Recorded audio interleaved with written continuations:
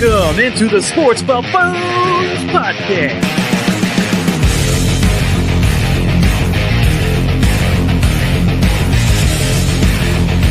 Yo, welcome on in back again, once again, of course, ladies and gentlemen, boys and girls of the world, to the Sports Buffoons Podcast here, based out of... Wait, we're not in Lenexa, Kansas anymore. We're all over the damn place. It's the same thing. Just tell them Lenexa. Who cares? Are we still in Lenexa? Because that's technically the center of where we're all located now. You know, That's we it met really there. is. We met there before we went up to training camp this past weekend. So yeah, we'll go ahead and say Lenexa. That works for me. So, anyways, we got the full clan with us. We got Jason JG, Tanner Dawson. What's up, fellas? What's up? What's up? Finally Yeah, glad to talking be some back. more football here. Well, heck yeah, man. I mean, we missed last week, but you know, we're back at it, and football season, as of this week, is now underway, I would say. Whose fault was it that we didn't do a show from training camp? That's what I want to know. Yeah, what happened? It's a shame. Yeah, it seemed like somebody was supposed to bring some microphones, and then that didn't happen, I guess. It's a shame. We were going to be able to inform the people out there, the loyal listeners, of everything we saw an hour after practice. And yeah, it's okay. They'll forgive us, I'm sure. So it's okay. We'll move on from that. I'll give you a hint. The same guy that hates Bitcoin and thinks that it's a bad investment is the same guy that forgot our mics last week. Wow. Where did that come from?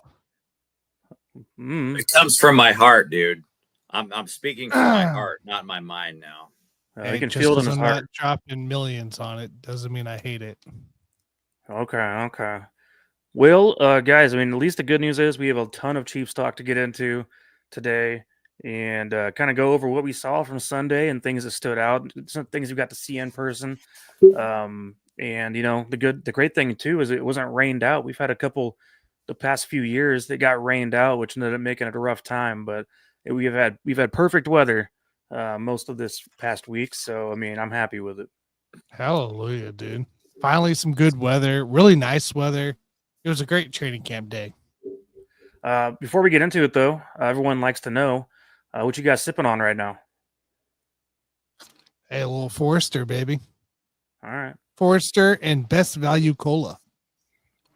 All right, he's got the old Forester going. Cola zero, though. Zero. Only water, man. Like, I don't know what you guys are talking about, but I usually like to drink water on all of these shows. Go back through my history and you'll see, like, every show, like my favorite drink. Just I remember water, or better yet, I ran out of my non-alcoholic beer. But that's my second favorite, is non-alcoholic beer on this show. Yeah, we did a show, Jason, here right from this desk one year, and you were drinking like grape juice. I mean, it was definitely not alcoholic. Insane. Yeah. It was insane, dude. That's good to see. I think Tanner's the only one on the show that drinks alcohol anymore. So yeah, I think my goal sometime, maybe before the end of this year, is to do one with cranberry juice, and then you all can ask me if I'm on my periods or not. Well, I think it's good for a lot of other things other than periods. So, we can save that topic for a different day. We talk about your orange towels again. So we'll plan on that. That'd be great, man. I'm not drinking nothing today. As a matter of fact, I drank a big old Gatorade before this, and so I'm going dry for the first time in a long time on the show. That's good. Meaning It's no good water. Literally dry. No water, no nothing. You know what, man? I like Sober Mike. I think we need to unleash Sober Mike a little bit more often, man, these days, because he's a quality human being. Yeah, that's good to hear for sure. All right. All right. Well, guys, let's kind of jump into some camp stuff that we got to check out on Sunday, and our first kind of observations and things that stood out along the way. We got a pretty good view, and we got to stay for, I would say, 95% of it. Yeah. But I mean, what were your guys' initial thoughts on how the practice was ran, and if any players in particular stood out? I'll let you go, JG. Go after. Yeah, I think my favorite play of the whole session out there was Isaiah Pacheco over the shoulder deep catch down the sideline during 7-on-7. That was kind of a mic drop situation because I don't think anybody was expecting that. And I kind of joked around with Mike after that happened. I said, "Hey man, that's supposed to be your boy, Clyde Edwards-Helaire was supposed to be running that route at some point. That's why we drafted him, but for whatever reason it just didn't happen. But yeah, that was an amazing play, dude. So that kind of blew me away, to be all honest with you. Yeah, it kind of reminds me, if you guys remember at all, Pacheco's rookie season, he Yep. was used quite a bit in training camp and as a receiving back type of role. I think that was something the Chiefs wanted to get out of him that ended up not fully coming to fruition. I think we still understand he still can be a good, reliable receiving weapon for this team. I just don't know that he's been put in enough of those positions over the last couple of years. And honestly, we like him so much as a between the tackles running back that he's kind of got his niche with that in KC. But I mean, a 50-yard bomb. Patrick put it right where it needed to be. He was beating Jack Cochran on that play, which I would say a lot of running backs could probably beat him in a foot race. But at the end of the day, still a Still to great come play. down with it, man. Like Yeah, that's still big. At the end of the day, he caught it, on the outside shoulder, as a matter of fact. So just good to see him make the play, make the catch on that 50-yard bomb. Yeah, no, and like we got to remember Checo too. Late last year when he came back from injury, he had some rough passing plays where he did drop clear screens. I mean, I think he even had one down the middle. Like there were some issues there, so it's good to see that he was getting more reps in the passing game during training camp because and he executed all of them that I saw. So that's a pretty big deal. Yeah, what was your standout from camp, Tanner? Dude, I got like 4 guys, or 5 guys actually, believe it or not. And some of these you might have as well, and you can go into it. But I mean, Jason Brownlee, wide receiver, separation multiple times, high point contested catches there. He looked really well actually. He looked like a guy that you could throw fades and that would go up and get the ball and actually look good. So I liked Brownlee, what I saw there. I know you're going to talk about him here, but Jeffrey Bassa, linebacker, his coverage there, breaking up a couple, red zone reps as well. So I like what we saw there. Jalen Royals actually looked better than I thought he would in this one here. He did drop a few balls.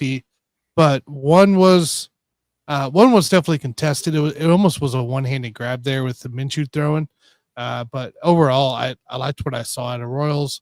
Robert Tonyan being a piece in this offense. I know we got Noah Gray there, but I mean, there's really no other tight ends after Tonyan, and he got a lot of looks during our training camp the exhibition stuff. So it was good to see there, and possibly a 3-headed monster tight end package coming in there with Kelsey and Gray. So and then the one biggest thing to monitor, and Mike, you'll probably touch base on this eventually, but Harrison Butker in his leg is a little concerning. Of not seeing quite the usual deep kicks that we're used to seeing there. So but those are my 5 quick hits there of training camp takeaways. Yeah, those are some good ones there, and I agree. Right there with the Butker thing, it was weird seeing him struggle to make it 60 yards on his kicks, and that's with and without a pass rush. Yes. We saw him a couple different times trying to hit him from 60, came up short twice, and then did finally make one of them. His accuracy wasn't a big deal really at camp. He was getting in between the uprights for the most part, but it was just that distance. We've seen this guy kick 70-yarders before, like it was nothing, and now he's like struggling with 60, which I'm not sure where that comes from or why, but I'm hoping he doesn't turn into.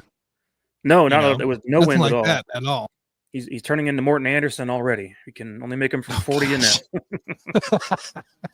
Nah, the whole thing with Butker, I think, is overblown. I just think that he still has the leg. I just think he was trying different things out there just because it's training camp. Maybe he's trying to put a different spin on the ball or something like that. But honest to God, I don't think he was actually trying to necessarily make those. I think he was just trying to experiment with different types of kicks out there. Yeah, either that he was tired from hanging out with Trump That's what it was. That's what it was. He just got back in KC. The fatigue. So, yeah.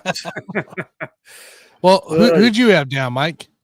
Yeah, I mean, the thing that stood out to me the most was just kind of the usage rate in practice of Xavier Worthy and where he was used as well in some of the formations. And I think he's going to be used all over the field without a doubt. I mean, the guy can be lined up in the backfield, in the slot, outside, lots of motions, of course.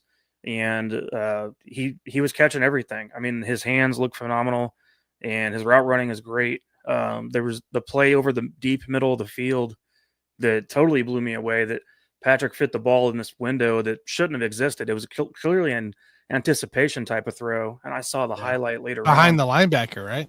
Yeah, over his head. Yeah, and between the safeties. And I saw the highlight later on, and it didn't do it justice from the angle we had, because we got to have the the Madden angle going down the field that way, and just the catch he made on that play was pretty phenomenal. But it just kind of gave me an idea of what to expect, with the assumption that Rashid Rice is going to be out for a few games. I think we're going to see lots of Xavier Worthy involved early and often with this team. In fact, I already have a sports bet for him to get the first touchdown in week 1 against the Chargers. So I already put that one down, try to win a few hundred on that one. But yeah, Jeffrey Bossa as well, the linebacker, number 31, 5th rounder. That's what we brought him here for, was to be a coverage linebacker.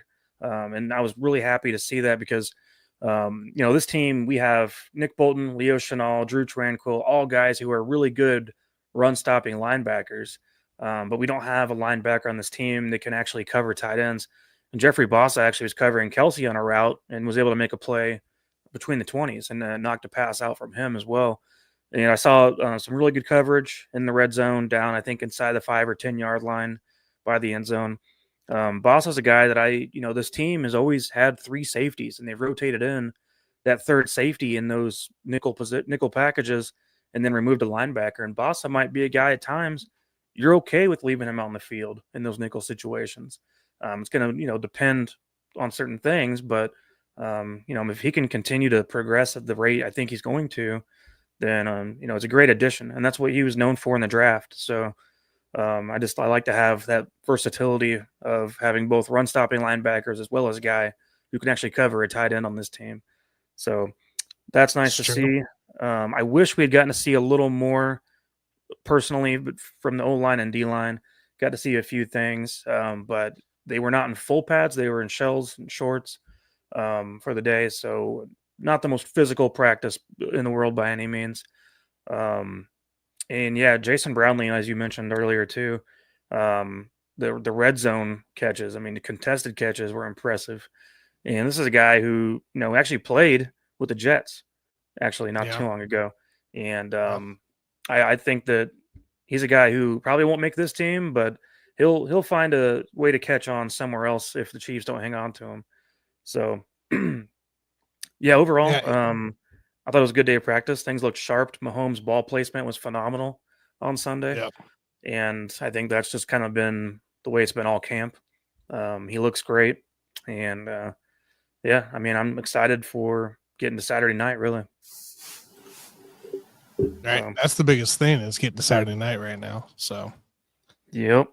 Very excited to see a lot of these young guys. I would just say with the whole Xavier Worthy thing, like if we get into a situation where, there's a suspension with Rashee Rice, if the Chiefs offense is going to take a step forward this year, which is what everybody is expecting, you're going to need a 1,000-yard receiver. And if you're going to get a 1,000-yard receiver with a Rashee Rice suspension, you're going to have to put Xavier Worthy all over the field, because you have no other choice. And so I think that's what's going to happen. I think he's fully capable of it. As he's basically at this point, like, he's my favorite player on the team. And I think he's ready to take a step forward this year. So I'm looking forward to it. Yeah. He had a huge role last year, right? As soon as Rice went down, he started really coming to his own towards the end of the year there. And he was a factor. He was the factor of this offense. And so, yeah, like you're right, Jason. If, let's say Rice gets his 4 games, you could be sitting here with a possibly even 2 1,000-yard receivers because of the way Rice and Worthy both play. And I think Rice could catch up pretty quick from those 4 games. Yep, without a doubt. Well, today we're going to talk O-line and D-line for a few minutes here. So last week we talked about the corner, defensive backs, corners and safeties. Week before that, we talked about wide receivers. So today we're going to talk about the trenches. Now, kicking it off with the O-line, kind of what we're seeing so far to this point. And, obviously Josh Simmons stepped in and I think surprised pretty much the whole league that he's looking like he's going to be the starting left tackle day one, which is awesome to see without a doubt, and helps allow for extra depth on the offensive line as well. Now we're in a position where Jaylen Brown doesn't have to start right away. He can, move around if he needs to. Jawan Taylor did get most of the reps from first team offense on Sunday, and I expect that to be the case going into the season at this point, just based off what we've seen to this point. But that doesn't mean that if something goes wrong, Brown can't be there. So, what are your guys' thoughts on just the current depth of the O-line? Because that's something that's been an issue in the past, as well as just, how it's looking overall in the front five. Yeah, the most exciting thing for me is the fact that Josh Simmons has looked good at camp, obviously good enough to be the week 1 starter. And that's exciting for me because I feel like when you look at the left tackle position for the Chiefs, I just feel like over the last several years, they're just trying to be good enough. It's like we're just trying to be good enough to get by at that left tackle position.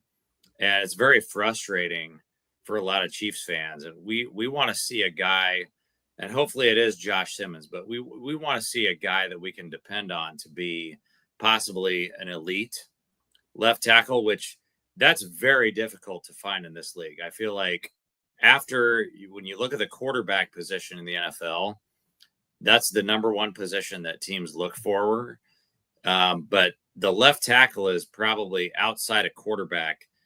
It's the second most difficult position to find in terms of a player who can play at an elite level. And so that's my biggest hope for Josh Simmons, is that maybe we finally found that guy who can protect Patrick Mahomes, and we can just stop having this, left tackle position that's just kind of like a hamster wheel, if you will. It's just like we don't really know what we're looking for from year to year at the left tackle, and it's just nobody's dependable. We like to pretend over the years that these left tackles are dependable, but they're actually not. And so that's my biggest hope for Josh Simmons. But Jason, do we need elite though at left tackle? I think we're looking for just above average to above average of a left tackle. But we have not. We have not had that. We do not need elite on this team. We need consistency and above average play most of the time, but we don't need an all-star left or all-pro left tackle. And that's fine. If you're just trying to get to the Super Bowl and maybe lose a couple and win a couple, that's fine. You don't need elite. But the Chiefs are trying to do better than that. And so that's why average. we should all hope that Josh Simmons is that guy, so we can stop tinkering with this position of left tackle. 5 years of Josh Simmons above average play, and I'll take it all. I want to know Mike's opinion on this, because to me, if you're looking for a premium position in the NFL, the left tackle position is number 2 behind quarterback. If you're looking for a premium position. And so I'd like to know Mike's opinion on that, because I'm tired of just messing around with guys. How many Super Bowls have you won without an elite left tackle? You're looking for consistency here. Yeah, that's exactly what I want, is consistency. But above that's average. why I'm looking forward to Josh Simmons as being the guy, so we can just stop rotating through. I want him to be the guy, but I don't need elite play, man. Year after year, so that we just, we might win a Super Bowl and lose a Super Bowl. That's why I want to know what Mike thinks about this, because I do think the left tackle is like the number 2 premium position in the NFL. Yeah, I mean, the whole idea with drafting Josh Simmons is to fix this rotational problem that they've had since Mahomes has been the quarterback. They've had 5 different starting left tackles in the Super Bowls that we've been a part of with Mahomes. And yeah, Eric Fisher and Orlando Brown Jr. were above average. Sure, we can go with that. But at the same time, I would say that it would be nice to have somebody who's a top 5 left tackle, and especially you Sure. can be here for 10 years. It's a lot of the great quarterbacks in our history. We go back to Peyton Manning or Tom Brady. They had the same left tackle for the majority of their career, especially Tom Brady in the early days. And it's nice to have that chemistry with the guy on your left side, basically understanding where his footwork's going to be on each snap, and then not having to relearn that every year with someone new, because not every tackle is going to have the exact same split whenever he's making that step back on the pass rush. And once you get to know a guy well enough, and you get a feel for where he's going to be, it's going to help Mahomes be more comfortable in the pocket as well. And I think him having to figure it out each year of where certain guys are going to be at within the play has not been easy for him to get comfortable with over the years. So I think the idea, obviously, with this is that, Mahomes right now is 29, almost 30 years old. By the time he's 39 years old, let's hope Josh Simmons is hopefully still your left Still tackle. there. That's the entire goal to me. And yeah, and what Jason was saying as far as his question goes, I think he's right about that. As far as difficult to find elite, left tackle is probably right the most difficult on the offensive side of the ball to find as an elite position, because you can find elite receivers all over the place. You can find great running backs. You can find really, really good tight ends everywhere. But to have a elite left tackle that you can trust on a play-to-play basis is extremely difficult, and we have not had that in Kansas City since Willie Rolfe, and that was 20 years ago. Yeah. And so, we've had some guys that were good. Eric Fisher developed into a good left tackle, and then we had guys who had good weeks and stuff like that, but not someone who you could sit back and rely on every single week to say, yeah, that guy, I can trust that he's going to shut down whoever the opposing edge is that day. So yeah, I think it would be great for a guy like Mahomes, especially as he's getting older, to have that trust factor with his left tackle. But I also did want to bring up, before we move to D-line, guys, something we haven't talked about at all yet this camp is just kind of Kingsley Suamataia at left guard and what we think about that, him being moved to a more natural position. But we're also talking about a guy who was awful in his first 2 weeks in the league last year at left tackle. Kingsley, ended up just getting benched, and that was it for his year, really. Andy Reid was not having it. Pretty quickly we figured that out. But do you guys have faith in the fact that Kingsley is looking like he's going to be the left tackle this year to take over for, what was an awesome career in KC? Yeah, I do. Like you said, it's a more natural position and a tackle spot, right? Going from inside to outside. One of the hardest things you can do. Now, Joe made it look easy, right? He made it look easy last year, but not everybody's Joe. Okay. It's going to be hard to replace Joe Thuney. I think that's going to be the difficult part. And I think allowing him this opportunity here is the best spot, but also we will have, like, I honestly think we'll have one of the best depth to our O-line that we've had in years past, right? If you look at it here, we still got Wanye there who can swing, a little bit all positions. We still got Caliendo, and then Morris for the tackle side, right? So we're not really forcing somebody to have to really focus in on all three, but the whole entire line. But you can have Caliendo focus in with the guards like he filled in last year, right, for us, and having that confidence. Yeah, sure, he doesn't have quite the push everybody else does, but he does a serviceable job, right? And I think that's what we're really looking for here is like, hey, this is your time to shine.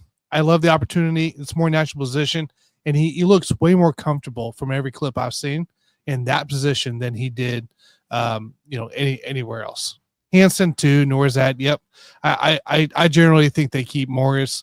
I think they keep Caliendo, and I think they keep obviously Jalen Moore. So that's why I didn't include those guys. Yeah. So you just to be clear, you said Kingsley at left tackle, but what left you guard. meant to say was left guard. Yeah, left guard. So yeah, absolutely. He's the guy. He's gonna.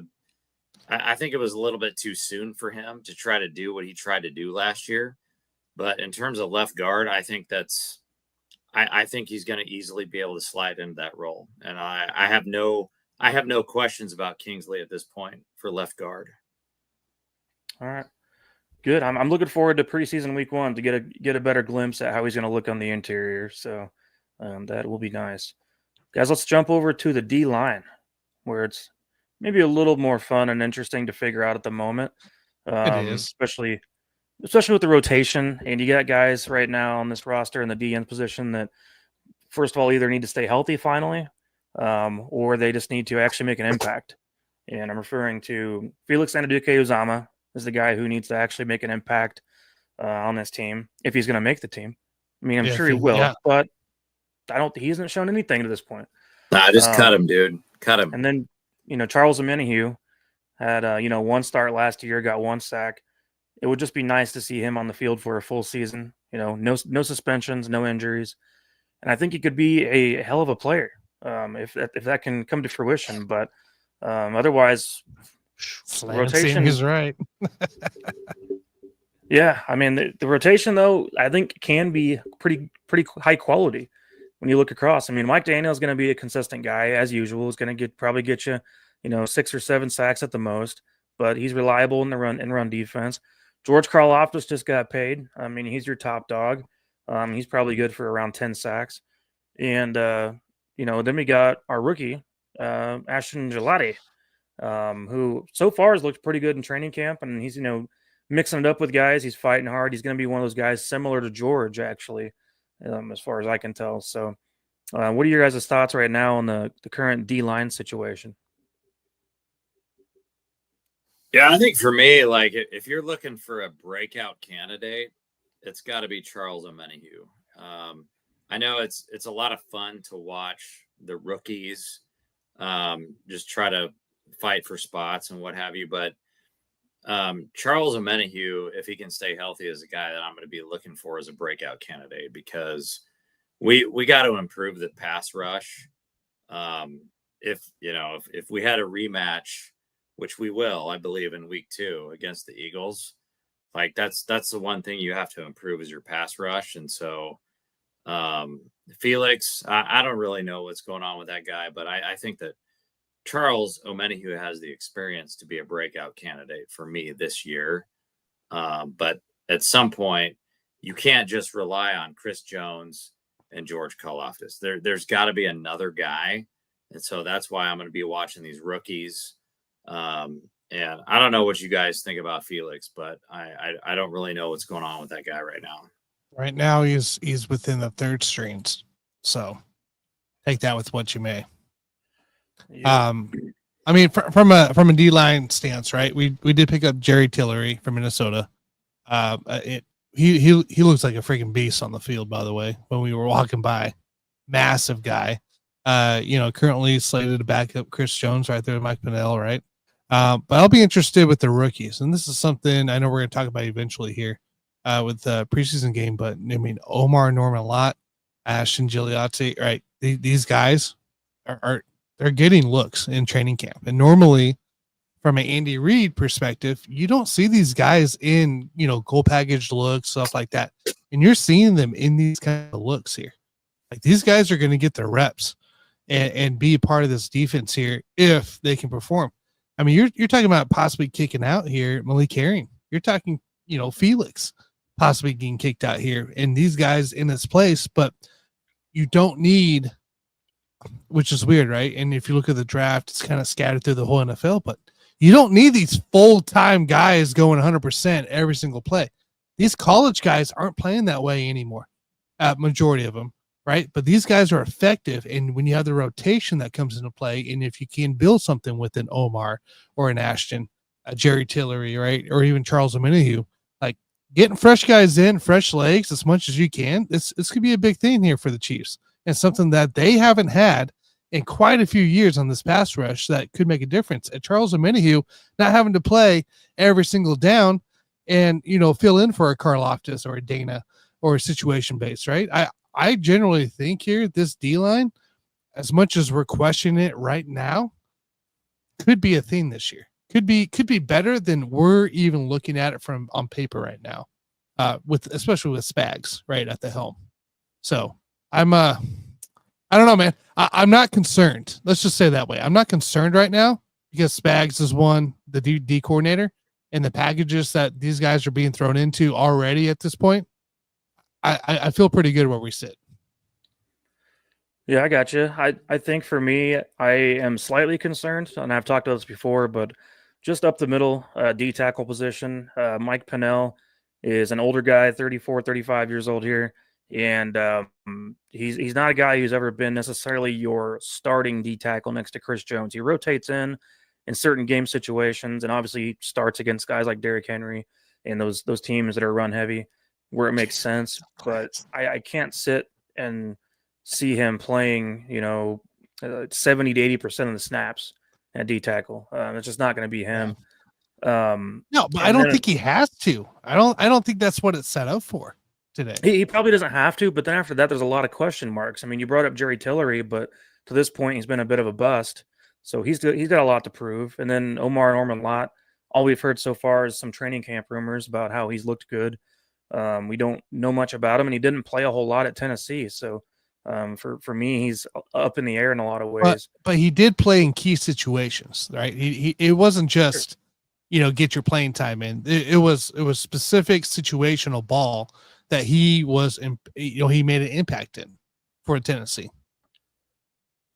Yeah, and I just hope that carries over, to the NFL, and because he's going to need to be a depth piece no matter what. He's going to need to be a guy that can rotate in and get a lot of snaps throughout the season. Yes. And I'm concerned a little bit about the run defense and how that's going to hold up over the course of the season, especially with Mike Pennell being a guy that I don't know can go out there and play a full 17 games and be there for every down whenever it counts. I mean, I hope I'm wrong. I hope he can do it, but I mean, that's just a lot to ask for a guy who's been kind of a rotational piece for the last, 5 or 6 years with this team. So those are my main concerns, but I like the DNs though. The DNs to me.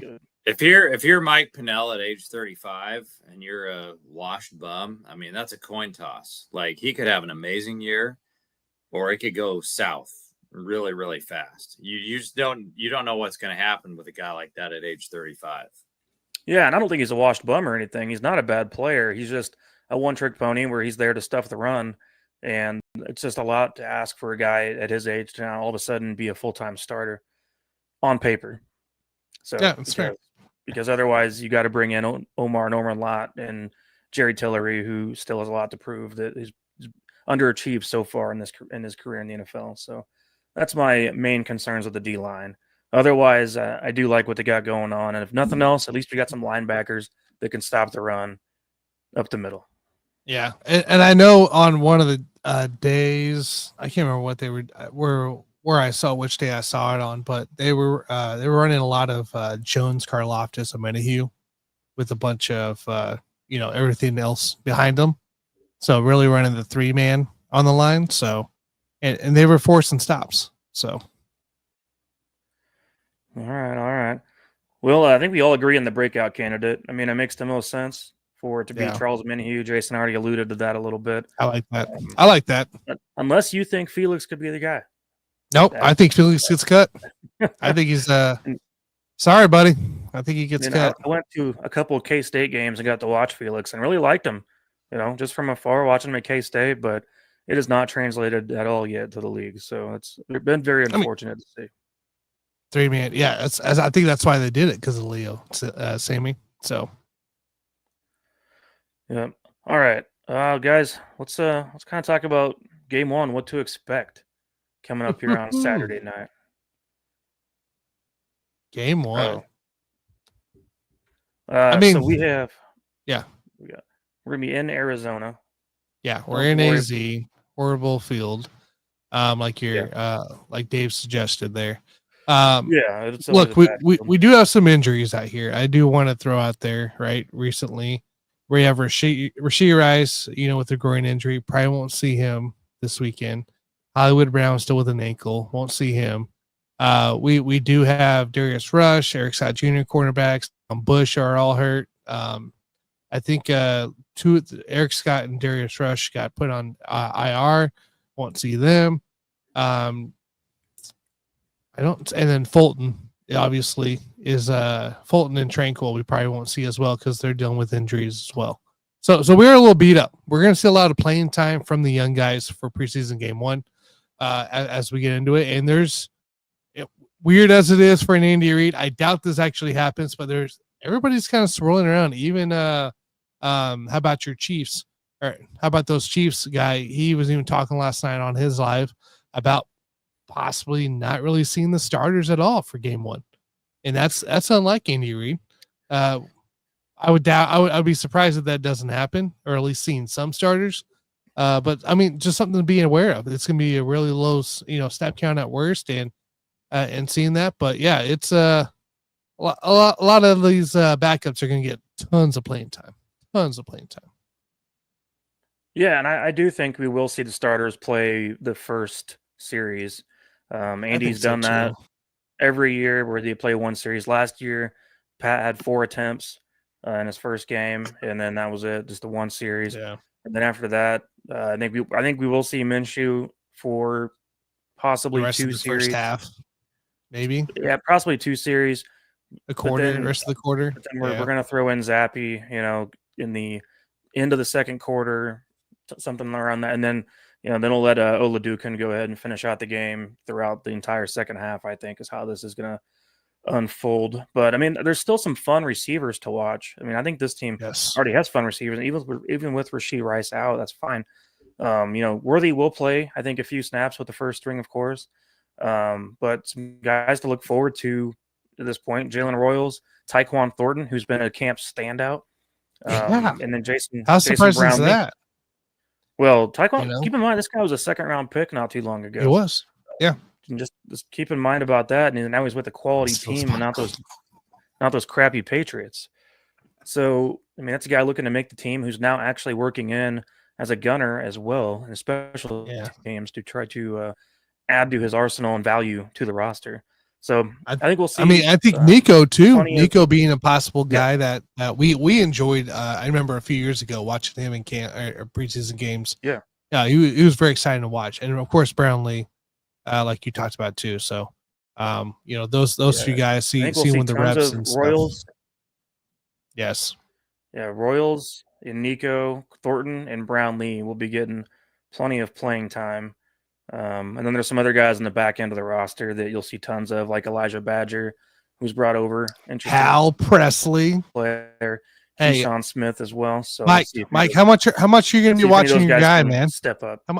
How much you watching your boy Sky Moore? I know you're a big fan. He's not even going to be playing, I don't think. So, well, Sky Moore, who was actually not practicing either on Sunday. I got a feeling they're going to hold him out, but. They're better off just cutting him early. He can maybe catch on somewhere else. Maybe go to the Broncos or Raiders. You can help them out.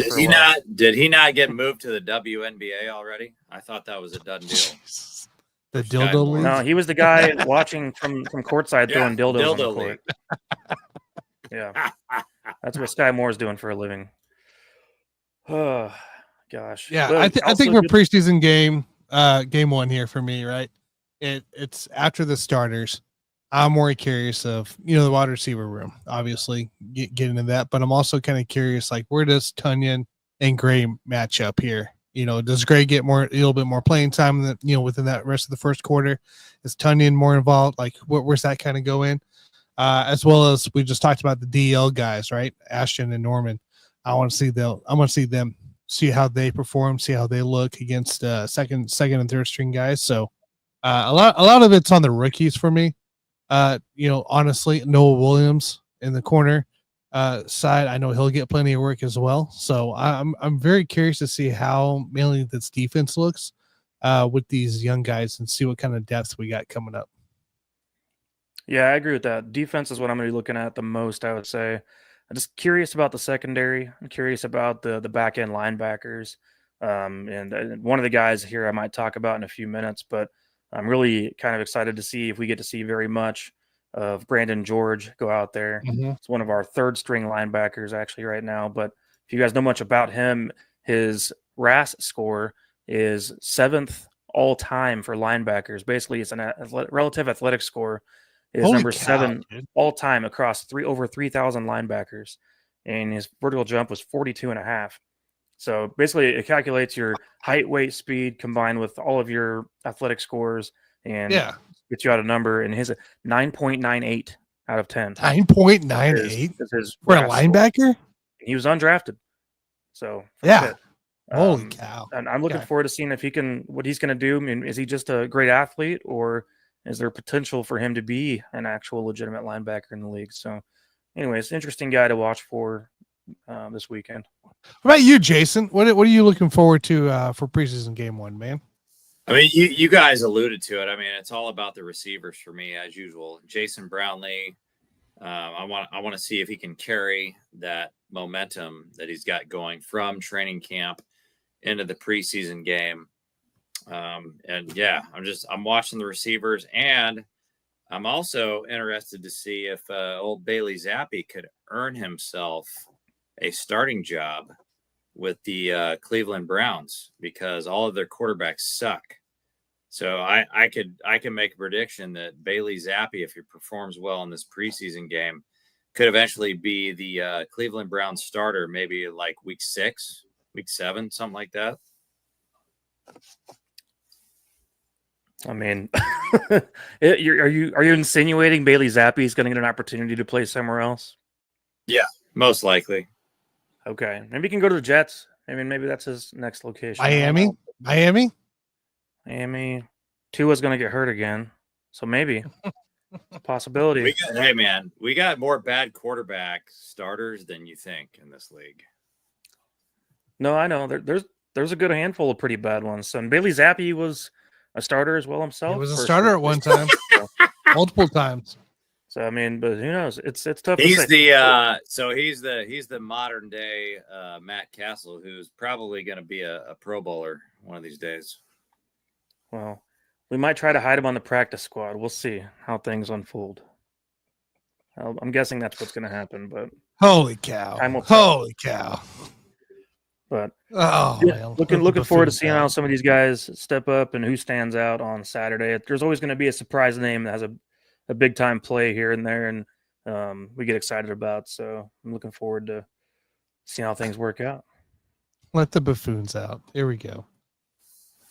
All right, Tanner, you want to talk about fantasy for a minute? Let's get into it. Some fantasy football time, baby. Fantasy football time. Now I got some players for you two, and I want to know if you're buying or what do we say? Buy or smash or sell, something like that. I don't remember what it was. Basically, buy or sell. Are you going to buy in at their ADP currently? Are you waiting? Are you even going to chomp at these guys? And pump the brakes. I'm going to pump the brakes. Pump the brakes. That's what it is. Thank you, JG. Okay. So I got some guys here. I got some stats I'll throw at you, and I just kind of want to know your guys' feel. And you might have a different feel, obviously, between all three of us. The best part about this show, and there's some obvious guys where you would think is an obvious answer, it might not be. So let's get into it. I got some guys here, some names, some vets, some rookies. Be curious what you guys think. So here we roll. Guy number 1, Ashton Genty, running back for the Raiders. ADP on Fantasy Pros is 15th. Basement Brew Fantasy Football has him at 14th. You're talking Vegas projections of 1,050 rushing yards, 1,050 and 7.5 touchdowns currently. You're looking at Raheem Mostert, Zamir White, it's Sincere McCormick currently in the running back depth field for the Raiders. Chip Kelly, by the way, is in that offense, I believe, as well. Who had a McCoy who was a RB3 and RB12 and a Murray with a RB14. But what are we thinking here? Ashton Genty going 15. Let's just say 15. We'll go to FP rank 15 ADP. What are we doing? What are we doing? No, that's BS, Tanner. I've seen him as high as number 10. Okay. Well, yeah, he goes higher. His average ADP is 15. No, I don't. He doesn't know what ADP stands for, Tanner. Jesus. No, I don't care about it, dude. No, I've seen the average. So you're buying then? 10. Yeah. Fantasy Pros. I've seen him go 6. No, Fantasy Pros has him at number 10. No, Okay, it's 15. I looked it up last night. If you're dude. asking me to pump the brakes, yes, I will pump the brakes because that's the name of this segment. He plays for the Raiders, who I do not trust. Okay. It's going to be a high risk, high reward play here. So I'm not willing to take that risk. I don't care if it's 10, 15. I'm not taking that risk for Ashton Genty. No way.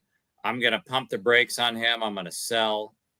And if he overachieves that ADP 10 or 15 or whatever the heck you want to call it, more power to him. But I'm going to pump the brakes on that. Mike. I'm going to buy on Ashton. I'm just a big fan of him as a player, and I think his usage is going to be pretty high. I think they're going to force feed him quite a bit. And, they're not scared. I mean, they didn't take him where they took him in the draft just to mess around and do nothing with him. He's going to get a lot of touches. And, guys, I remember it was funny. Every weekend I was sharing the update on what his rushing yards total was at. And it was just crazy to see the numbers. It was just video game type stuff. And I know it's Boise State, and you're playing in a weaker conference, but the guy's the real deal in my opinion. Terrific balance, fits the mold. He's got that low, compact, not quite as short as Maurice Jones-Drew, but similar type of a style, which is just hard to bring down. Very hard to bring down, and huge legs. I think he's just going to be a really, really good player in the league. So for me, especially at 15, if that's your ADP, Tanner, then he's definitely a buy for me at 15 overall. Hey, man, as much as I hate the pick, you might have just sold me on that, Mike, because I do have the number 11 overall pick. So I really, your argument was actually very compelling. So I'm going to have to think long and hard about that. Yeah, I mean, at 11 overall, that's not bad. I mean, that's around the range he should go in my opinion. Yeah. And he's going to get a lot of touches. And the 7.5 touchdown total, Tanner, he's going to destroy that. I mean, that's a joke. He'll get at least 11 or 12, in my opinion, this year. Yeah. I mean, you're looking at 6 overall in vision and contact, right? 22 mile per hour speed recorded one time. He's like squatting 600 plus. And you're telling me 15? Yeah, we're buying this, guys. We're buying this here. Hamster, Tanner, the real muscle hamster. Doug Martin sucks. Dougie Martin, baby. Starsky says buying at 15, not 6 or 10, and slamming Sammy Joe. Genty is a top 10 player on the Raiders, and he hasn't played a snap yet. That's, truthful as you can get, man. We're taking the buy. All right, guys. Next up here, Cedric Tillman, wide receiver for the Browns here. ADP Fantasy Pros is 134 currently. Basement Brood Fantasy Football has him ranked at 147. You're looking at a Vegas projection of 675 receiving yards. Basement Brood says his floor and ceiling. You're looking at 2+ PPR games that are 75% of his score, but he can go 10+ points as well up to that ceiling. I mean, this guy could probably put up 15 or 20 at some games, depending on what's out there right now. But Basement Brood also quoted or put outside on their early release. You're really looking for Joe Flacco to throw in the ball, but I don't think it matters who throws in the ball at this point here. It could be any of those 9 quarterbacks they have on the roster. So Cedric Tillman, 134. What are we doing? Buying or pumping the brakes, Jason? Yeah, I mean, it's 134, Tanner, so who really cares? He plays for the Browns. They're going to be losing. They're going to be losing, what, if not all their games, most of their games. So if you're coming from behind and you're going to have to throw the ball, Cedric Tillman's a guy who has proven that he can be that guy. They can get a lot of fantasy points. So at 134, I don't really care if he sucks or not. I'm going to be a buyer at that position because he plays for the Browns, because they're going to need to come from behind. So, yeah, I'll take Cedric Tillman all day at that position. Mike. Yeah, it's funny enough. I brought up Cedric Tillman, I think it was a month or so ago, and I'm a huge fan of him as a player. I think he's a really good, high-quality player that is just in a really tough spot to where he can't really flourish the way he could in some other places. So for me, if he's your WR5 or 6, then you're probably fine with that. But ultimately, it's not a great position to be in because it's not going to be consistent or trustworthy with that quarterback situation they got over there. I want to say buy. but this is a tough one for me just because. What, you're looking at what, round 11 at this point? Yeah. Which if he's your WR6, which he would probably be around that in my team the way I draft, then I'm okay with it. But the quarterback situation over there just makes things where if I have to start Tillman for a game, I don't know what the hell he's going to do. It's a total gamble at that point. So I want to say bye because maybe I could hold on to him in a keeper league and then hold on to him for the following year once they actually get a quarterback. Maybe Deshaun Watson comes back and they blow up together. Maybe, man. Yeah, Maybe. he is the guy. He's the guy. That will be your last ditch effort before they go out and get Bailey Zappi. It'll be Deshaun Watson for sure. I think at round 11, honestly, I don't hate the buy, but I'm probably pumping my brakes. I'm probably waiting a couple more rounds here. And I'm aligning closer to what BBFF has in this year. Look, you still got Jerry Jeudy there. You don't know who the quarterback is. The running back room's a mess. It's just a travesty. And I get what Jason's saying, right, coming from behind, but can you get the guy the ball? That's gonna be the biggest thing in the end. And it might be, going down Njoku's range more than anything. So this year, with the tight end. So for me, I'm pumping the brakes at 134, and I'm sitting there waiting a little longer. So all right, fair enough. All right. Cooper Kupp, new team, Seahawks. Jason, did you know they went to the Seahawks? Cooper Kupp? No, that's not true. Yep. He's a Seattle Seahawk, baby. ADP right now on Fantasy Pros is 101. Basement Brew Fantasy Football has him at number 83. His Vegas projection currently is 775 receiving yards, 5.5 touchdowns. Obviously Jackson Smith Najigba is the clear number one. But you don't have Metcalf anymore. So, and you don't have Geno. Remember that too. So, what are we thinking here at 101? Are we buying or pumping the brakes here on a good old Cooper Kupp? Mike, I'll let you take this one first. Yeah, and you guys know historically how much I enjoyed Cooper Kupp at times, especially was it 3 years ago? But at this point, first of all, he has had some pretty bad injuries in his career. He's just getting older. He's getting to where he's slow as hell. His last few weeks with with Stafford were not great by any means. And they should be thankful that Puka came on the way he did because Cooper Kupp was just not creating separation the way he used to. And I don't really care for their situation from quarterback standpoint. And I'd rather just lay off a Cooper Kupp and I'm gonna say pump the brakes on him, and you're better off probably looking elsewhere at that point in the draft and getting someone that you can rely on to be healthy first of all, and that it still has some good knees to him as well. Jason. Yeah, I mean, Tanner, you know how much I hate older players, especially old skill position players.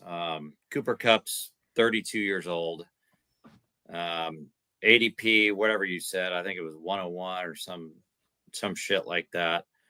I should, in theory, be down on this guy, but I'm not because he's got your guy that you think should have won the MVP for the last 5 years in a row. Sam Darnold. Sam Darnold is going to be the quarterback. So I'm just going to use your own personal argument. If Sam Darnold should have been the MVP of the league the last 5 years in a row, then why shouldn't Cooper Kupp blow up this year? And I think he's got a chance. I mean, for me, that's kind of like a low risk. I'll call it low risk, medium reward, because if he figures out a way to develop a little bit of chemistry with Sam Darnold in that offense, then why not? I'll take a stab at him at 101. Who cares? I mean, we all know what Cooper Kupp brings to the table, and 32 years old. Yeah, I mean, that's not exactly ancient by wide receiver standards. So I would totally take the risk at 101 ADP. Okay. Jason, I'm actually right there with you. And it's kind of actually what Of course you are. But it's because your boy who you have a hard on for. Calm down. Okay. Calm down. I'm not a Sammy Darnold fan right now. But I am a Slam and Sammy fan, and he said a good point there. And that was actually my initial thought process too. Darnold will want to throw deep, but the O line sucks, and Darnold he's too scared, and he isn't good enough for that to be able to do it in the pass rush. If you saw last year in Minnesota, he struggled against a good pass rush. So you got to go to Kupp. Jackson Smith, he's the guy downfield. Cooper Kupp's in the middle. Cooper Kupp's gonna be the guy to get those balls. And I quite frankly here, I like where Cooper Kupp sits here in this roster, and he would be the guy I think sees a little bit more targets and fantasy points value. So I am buying on Cooper Kupp here at 101. Yeah, Starsky has All a right. good point that Yeah. Kupp does seem like the kind of player that you would like. Makes a lot of sense. All right, we're moving on. Dallas Goedert here, tight end for the Eagles. Dallas, we're getting a tight end involved here. Dallas Goedert, right? Currently ADP of 119 on Fantasy Pros. Based on Brute Fantasy Football, has him at 144. You're looking at right now about 600 yards for the Vegas projections. It's a weird offense for the Eagles, Jalen Hurts, and sometimes they explode and they go crazy, and sometimes they don't. Sometimes it's just a dud and they still end up winning.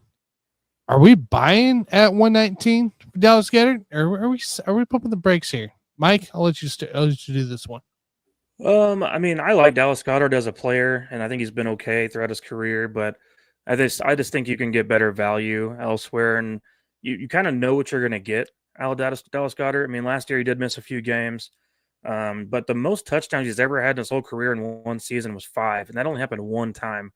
Otherwise, you got 2, 3, 3, 4, 3, and those are just really subpar numbers.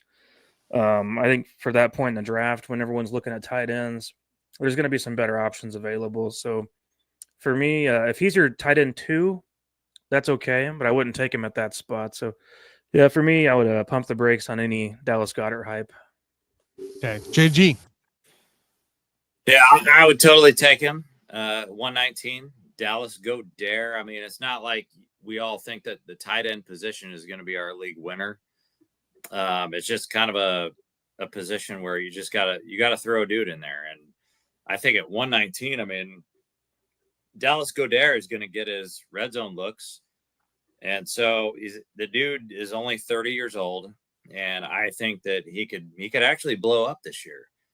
And so I think that's sort of again, kind of like the last guy we talked about, Cooper Kupp. I think it's kind of a low risk, medium, maybe high reward. But I think Dallas Goedert is a guy that he could have some monster weeks. Absolutely, he's not going to be consistent, but he's a guy that you throw him in there for a few weeks, he could have some super, like monster weeks in terms of, red zone targets and what have you. So, yeah, I'm totally a buyer at 119 for Dallas Goedert. All right. I mean, you're looking at 11.4 PPR games on healthy games, which is a little over half, right? Not bad points there. And Sammy said, too many targets on the Eagles, better targets. There is, but you remember AJ Brown was out a few games.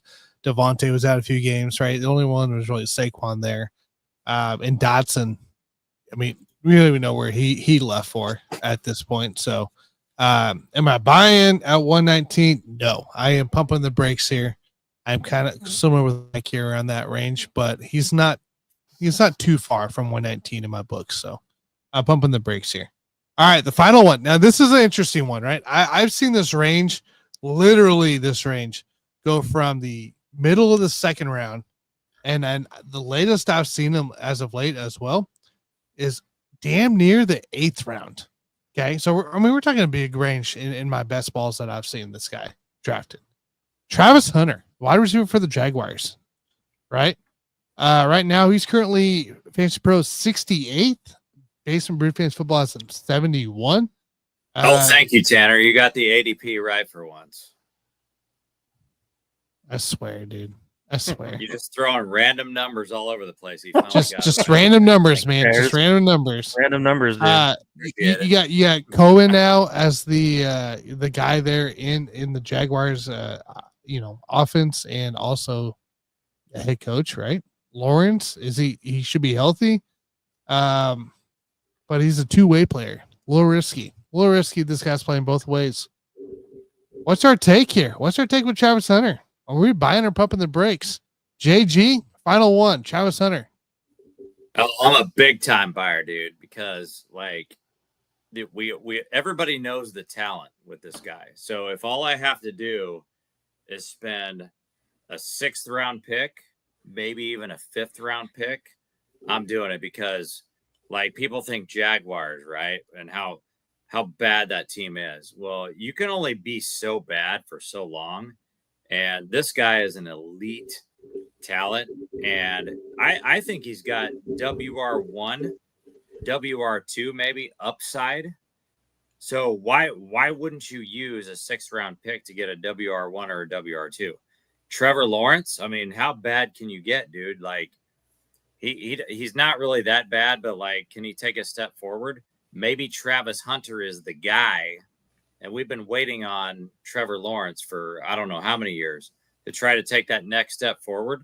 Maybe Travis Hunter is that piece that he needs to take that next step forward. So I am all over that at ADP 68. I'll be a buyer all day long on him. I mean, Brian Thomas Jr. They got nothing. That team has nothing, dude. That team has nothing. Don't start with me on this one. Mike, what do you got, man? What do you got? Yeah, this is a good one. It's an interesting one because the way I look at it is, if you're a two-way player, then, in a league like ours, we get defensive points too. And so if he is going to get some snaps at cornerback, whether it's a deflected pass, making a tackle here and there, it just tacks on to the total, which is nice to have. And then there's, of course, the idea that potentially he could be a punt returner in certain situations, key situations I could see being put out there. But I also think his usage rate is going to be fairly high on the offense. And yeah, he's not nearly as good of a wide receiver yet as Brian Thomas Jr. Brian Thomas Jr. is a phenomenal wide receiver and much more well-rounded, in my opinion, to this point than Travis Hunter is. But Travis Hunter is still going to be involved a lot in different ways offensively. They're going to try to get him the ball just because he has some speed and athletic ability. So for me, I'm going to say it's a buy. But with the idea that you might have some weeks that are total bust and other weeks that are, huge. And, you might have a game where the guy goes off for 100 yards and a touchdown and then also has an interception. If you have a league that adds all those points together, then that's a pretty cool day. That's a nice day at the park as far as for a guy that can play both ways. So it'd be kind of a fun player to have on your roster and, get you some points in different ways than just the standard catching passes and picking up receiving yards. But you like him, just to be clear, in the 6th round, Mike? He's a buy for me at that part. Yes, I wouldn't. I'm not going to wait till after the 6th because I think he'd be gone anyway. But like to me, it's a good deal in the 6th if you can get him there. I think there's some good upside there. Yeah. So I realize these two buffoons here are in my same league as well, right? The Buffoon League. But this is a heck of a deal. If you can get this guy in the 6th round and you have IDPs, you just added yourself a 4th receiver onto your roster. So yeah. Yes, I'm giving up trade secrets. That's the deal you just got to deal with, right? When you do a podcast with your buddies that you're in the fantasy league with. But I'm trying to be more out for the viewers here and give them that advice. If you have IDP, you draft him in the 4th round, and you throw him on as your IDP, and now you got another receiver added to your mix. So what about like an instance like Starsky's referring to, which is interesting, but he says his two-way players are drafted 2 separate times. He's got the Ohtani league. Where you have the Ohtani pitcher and the Ohtani hitter. Yeah, with our league, with our league, if you have a quarterback who makes a tackle after an interception, you get a point for that tackle. Yes. So I did look it up. In our league, he is notated as a WR and a CB. It's on the same player. Now, if you're in Starsky's situation where you have the Ohtani situation where you have an Ohtani pitcher and Ohtani hitter, you're waiting. You're waiting on the receiver ranks, and quite frankly, to me. For our league, Tanner, in that case, if you can start Travis Hunter as one of your IDPs, then that's what I'm saying. I mean, that's pretty wild. But I mean, yeah, you got to do that deal. Yes, you do, but you got to get him right. You have to give up a pick early to be able to grab this guy. I mean, So- we haven't Just had a go. player. Just draft. Hey, just draft him in the first round, dude. First round pick. Oh yeah, I got this. I got this. Well, we haven't had a player in the NFL that is certified to play both offense and defense the way that Hunter is to this degree in a very long time. It's a very interesting kind of style player, right? For fantasy. You didn't have football. fantasy football. We didn't have fantasy football back in Dion's day.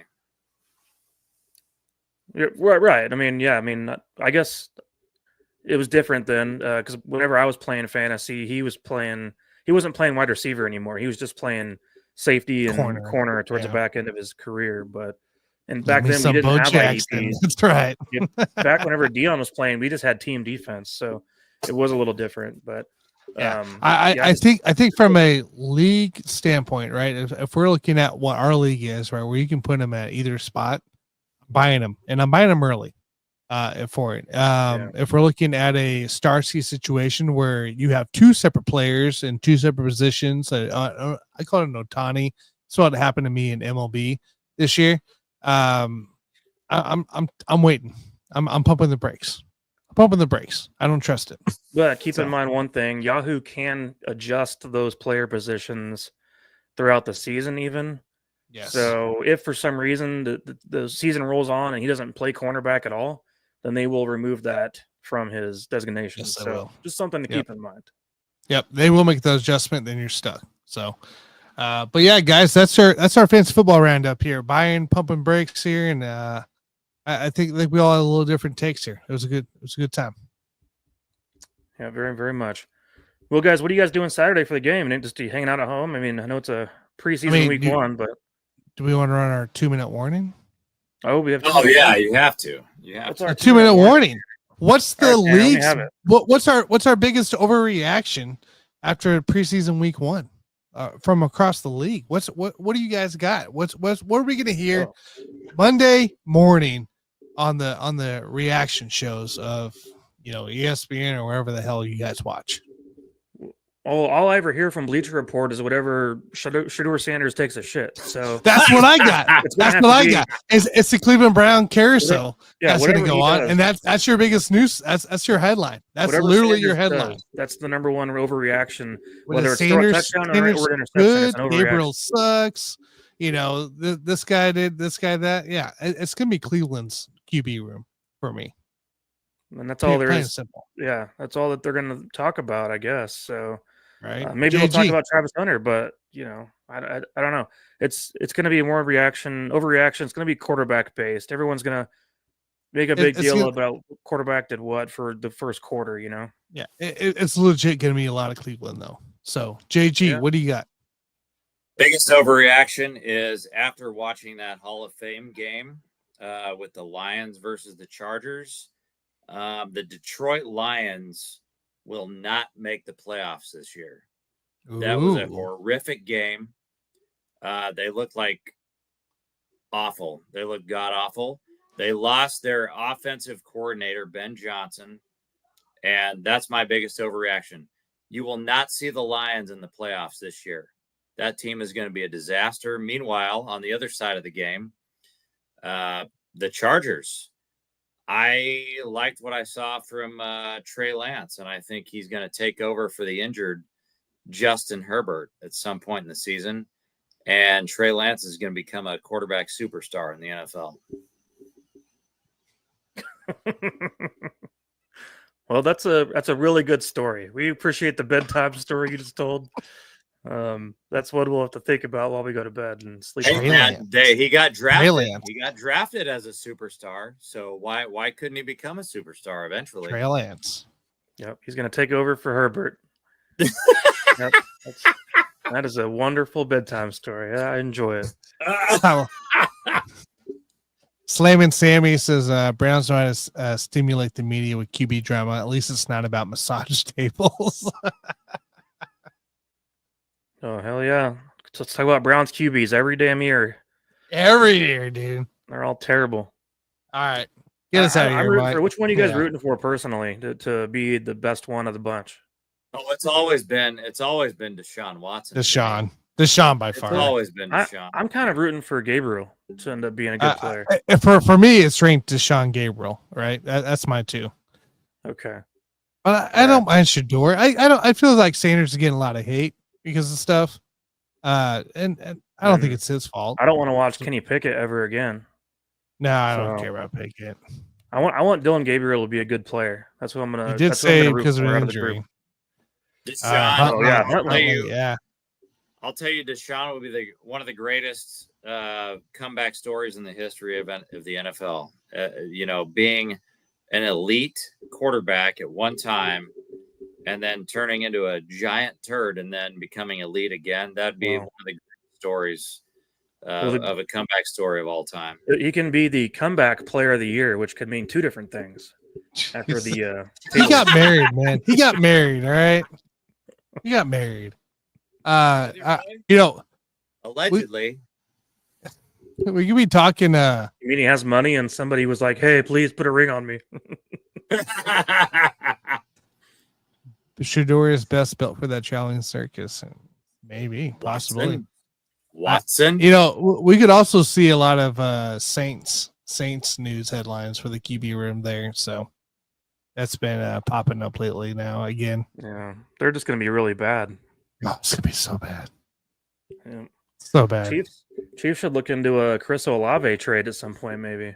Not that we need him. We have a lot of receivers here, but where are you fitting him in? they can have Sky Moore, and we'll take Chris Olave the rest of the year. Restanola, yeah. Restanola, yeah.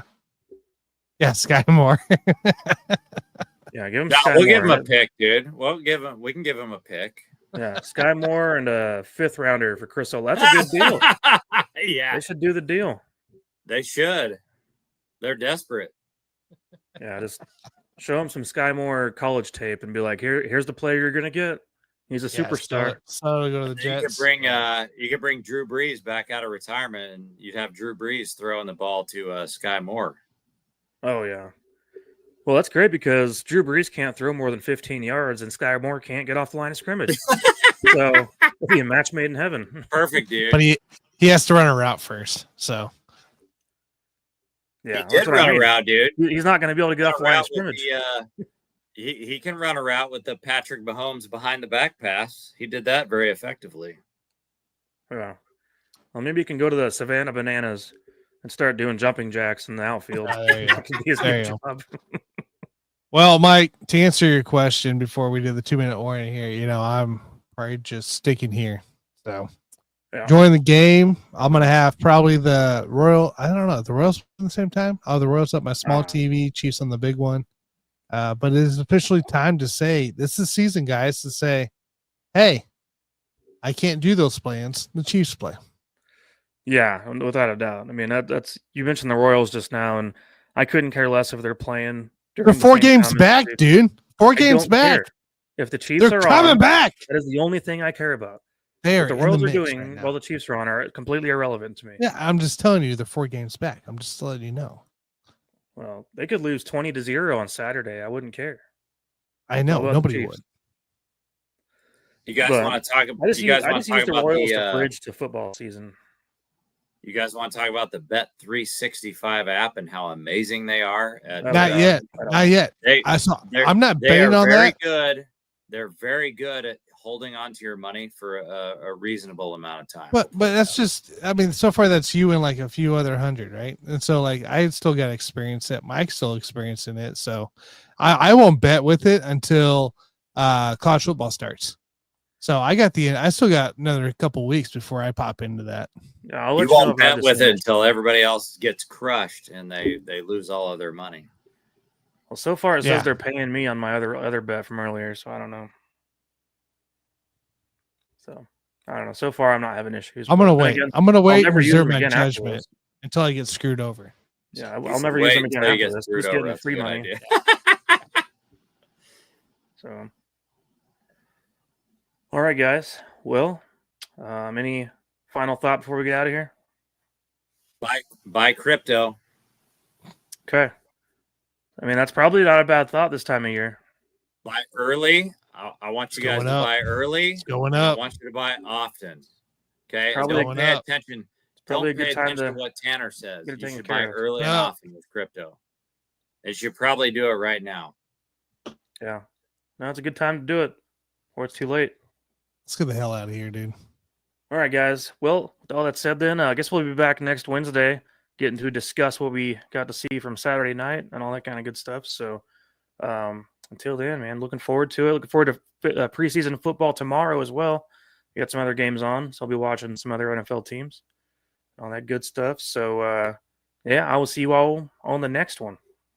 Outro. See you guys.